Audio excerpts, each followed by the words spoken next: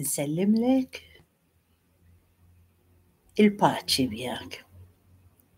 Jien Sister Teresa, bħalma wegħdtkom nintaqa' magħkom qabel kull skeda li jiena nkun se nibda, għax se nibdew skeda ġdida.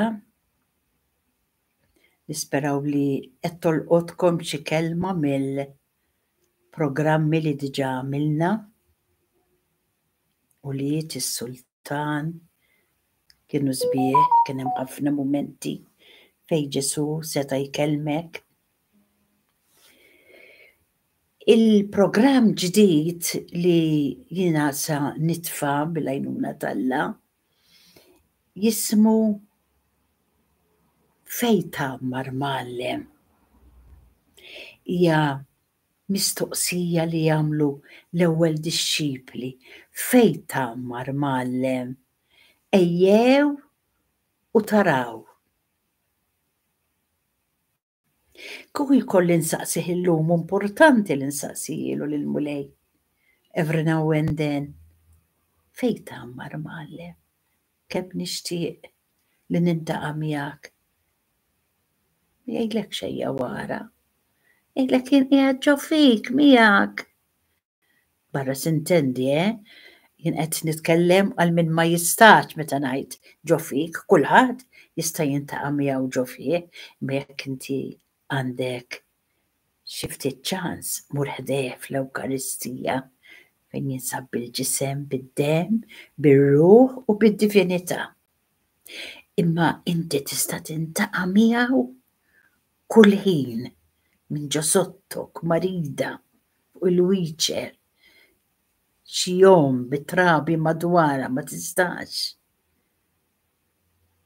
Xi missier li ġej mill-lejja tax-xogħol jista' jagħmel dak il-mument u tintaqa' miegħu. Fejn tagħmmar Mgħallem? Hawnhekk nammar jgħidlek. Miegħek nammar jien. Issa x'inhu l-għan tal-programm? Dan il-programm l-iskeda li ħanitfa' Fejn tagħmmar Mgħallem. L-għan tal-programm hu li nagħmlu lezzjo divina, qari divin, tgħidu dan x'inhu. Din se nispjega in details fil-programm. Li nagħmlu lezzjo divina mela qari divin mill-Bibja fuq diversi xeni li jgħix Kristu meta kien hawn fostna. Xeni qaddisa li jgħix Ġesu. Xeni li jinsabu fil-paġni kollha tal-Vanġelu. Jekk tmisshom dawn ix-xeni jaħarqu daqs ġamra bl-imħabba tal-qalb ta' Ġesu. L-iskop ta' dawn ir-reflessjonijiet eżiż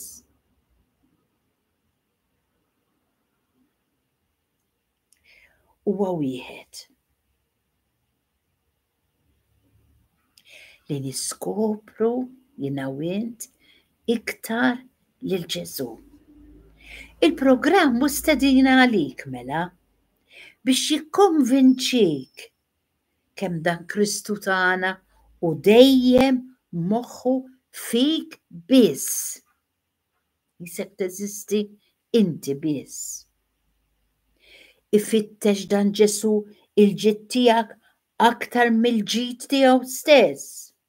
Se tinduna li qiegħed hemm propju għaliex biex jiddefendik, ifejqek, jinkuraġġik, iċanfrek u anki jferħek.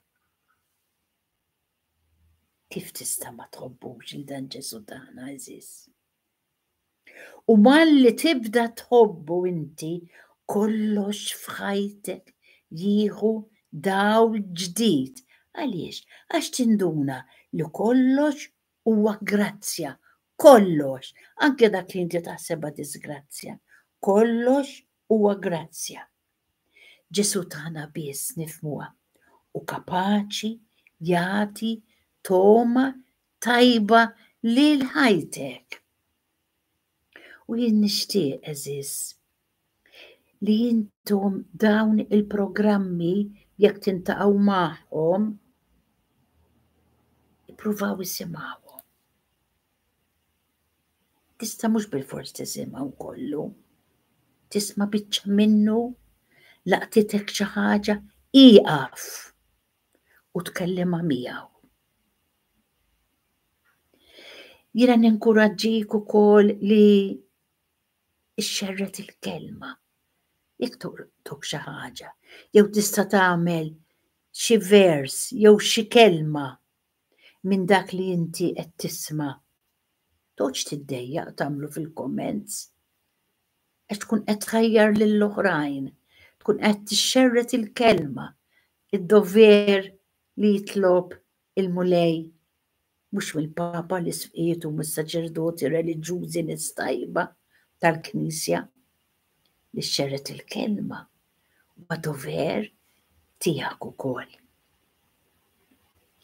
U allura jiena nawguralek li inti bil-kalma kollha tara x'jolqtok, isma' dan il-programm verament sabiħ, hemm topics sbieħ ħafna. Anke mit-titlu biss ġa jolqtok fejn tagħmmar Mgħallem, fejn tgħix Mgħallem inti. Meta kien hawn fostna eżaq sew. U Allhom ejjew taraw. Ma urihom xi villa ta' Ġesu ma kellux post, jiġri lemmu law il-postijiet tiegħu trqat, jallem lem, jallem law, minn kif telaq minn mommu. Ma kellux post dan Ġesu. Allura jiena nissuġġerilek li issib ftit ħin tipprova tisma' xi ħaġa, ixxerret jekk jista' jkun mal-oħrajn dak li l-mulej inebħek u jalla f'dawn il-programmi issib il-mistoqsija jew inkella aħjar ir-risposta ta' dak li kultant nistaqsu. Hemm ħafna x'se jgħallmek fihom dawn il-programmi Ġesu. Allura nawguralek li inti tisma' u tintela b'Ġesu għax dik l-importanza li nintlew b'Ġesu. Nsellimlek il-paċi miegħek.